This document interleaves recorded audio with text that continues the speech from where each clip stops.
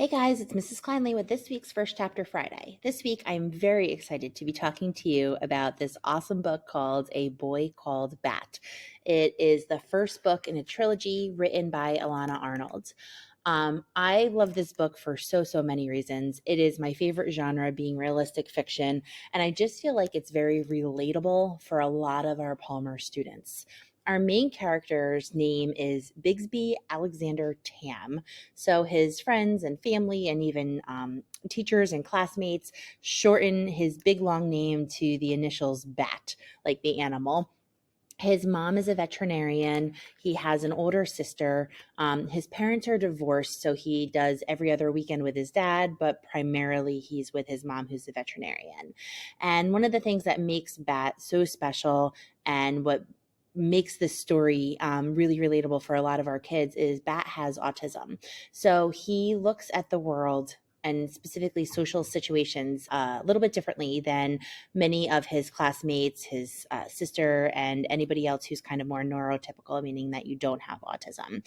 So a lot of his reactions to situations, a lot of just the ways that he interprets situations and interprets relationships and looks at things is very different, not better or worse, just different than how other people who do not have autism kind of look at things. So I think this book is very relatable because many of our Palmer students have autism. Many of us have friends or family members, loved ones who have autism. And I really feel like for a lot of us, this book is going to kind of hit home. And also for those of us who maybe are not as familiar with autism, this is something that's going to kind of open our eyes and help us understand why some of our classmates maybe see things differently and how they maybe could perceive a situation a little bit differently.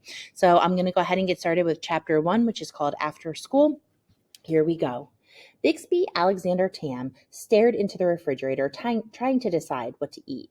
He knew the longer he took, the more energy he was wasting, and Bigsby Alexander Tam did not like to waste energy. But he also didn't like to eat leftovers or cheese that had to be sliced, or any of the yogurt flavors in the fridge. Bat, close the door, yelled his sister Janie from the kitchen table where she sat cutting out pictures from a pile of old magazines.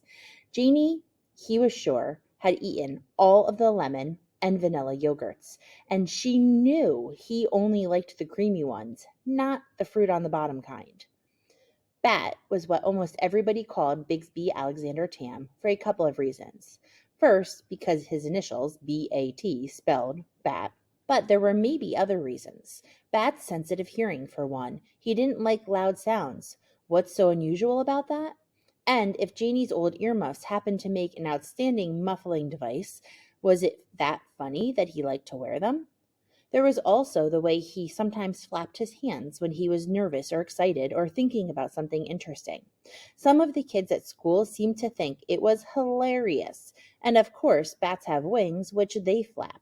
So between the initials and the earmuff and the hand flapping, the nickname had stuck. And truthfully, Bat didn't mind. Animals were his favorite thing, better even than vanilla yogurt. Jeanie, did you eat all the vanillas? Not all of them, Janie answered. She curved the scissors around the bent arm of the boy she was cutting out. I saw you ate at least 2 or 3 of them. Did you eat the last vanilla? Yes, said Janie. And with a final snip, she freed the shiny paper boy. It was delicious. Of course it was delicious. All the vanillas were delicious. Well, said Bat, closing the refrigerator door a little harder than he needed to, now there's nothing to eat. I wouldn't say there's nothing to eat, teased Janie. She knew she wasn't supposed to tease him. Well, I would, said Bat. Nothing I want to eat. Then you must not be very hungry.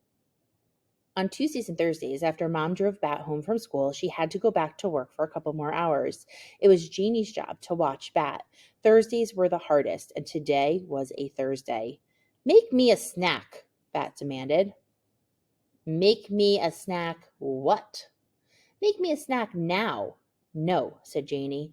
Make me a snack, please. I don't have to say please, said Bat. Making me an after-school snack is part of your job, and you don't have to say please to get someone to do their job. You do if you want them to do it well, said Janie, but she pushed the magazines back and stood up. Bat felt his elbow beginning to bend. He felt his hands getting ready to flap. I'm hungry, he said again. His voice sounded higher.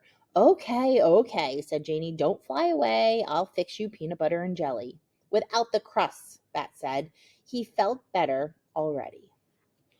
All right, guys. So in this story continues, as you can probably tell from the cover, Bat's mom, who, as I said earlier, was a veterinarian, brings home this baby skunk that Bat 100% falls in love with. He becomes the primary caregiver of this little baby skunk, and he wants to keep the skunk forever.